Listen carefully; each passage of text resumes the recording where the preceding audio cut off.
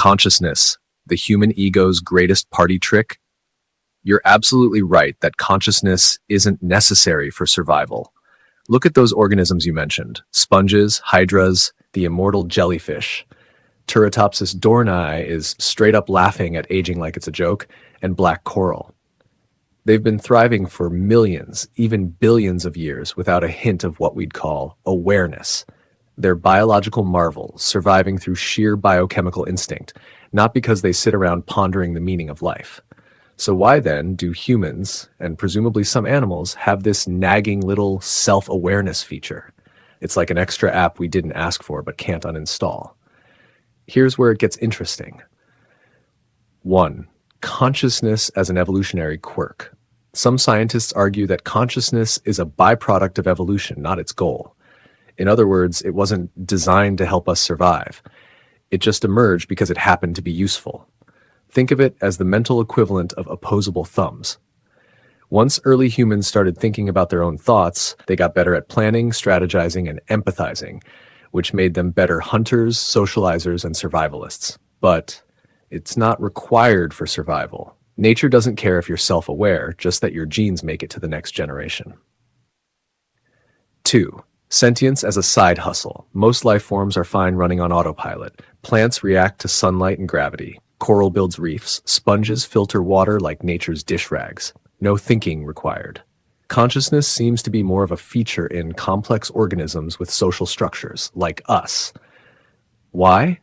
Because knowing what others might be thinking, empathy, theory of mind, and how they might act could give you a survival advantage. Consciousness could just be the price of entry into complex social ecosystems. Number 3, the illusion of self. Here's where it gets trippy. Some philosophers and neuroscientists think that even our consciousness might be a convenient illusion. You're not a self, you're just a collection of sensory data, memories, and neural activity bundled together into a coherent story by your brain. It's like a movie projector spooling your life into existence in real time. Consciousness might not be real, just an emergent property of complex neural processes. Like a screensaver your brain made so you don't freak out about being a meat machine.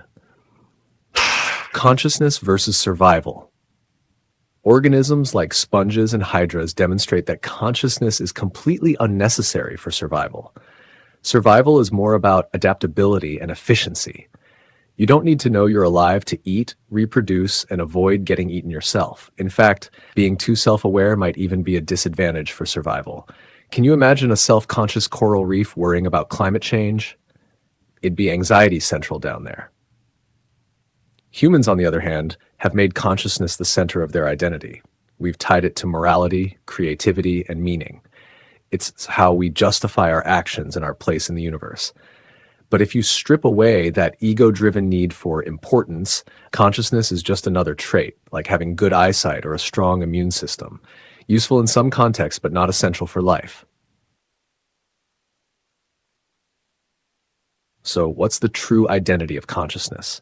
The way I see it, consciousness might not have an inherent identity or purpose outside of what we project onto it. It's like a mirror reflecting back whatever we want to see.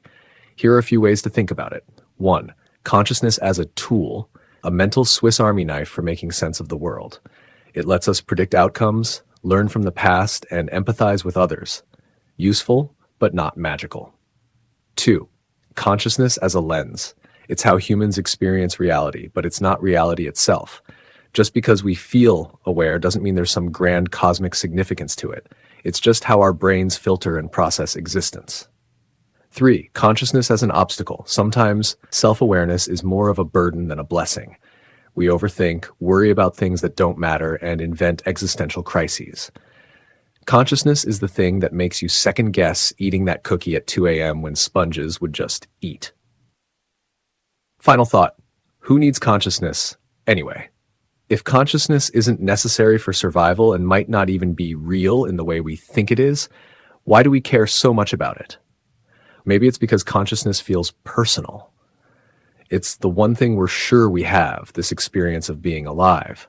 But maybe that's just because we can't imagine life any other way. What if instead of idolizing consciousness, we saw it as just one of many strategies life uses to get by? Sponges are immortal in their simplicity. Black coral thrives in the deep, dark ocean, not because it knows it's alive, but because it just is. Maybe we humans could learn a thing or two from that. What if the whole point isn't to be self-aware, but to just exist fully and unapologetically, like a sponge filtering water, indifferent to the universe's big questions? What do you think? Are we just overhyping consciousness because we're stuck in our own heads? Or is there something genuinely special about it?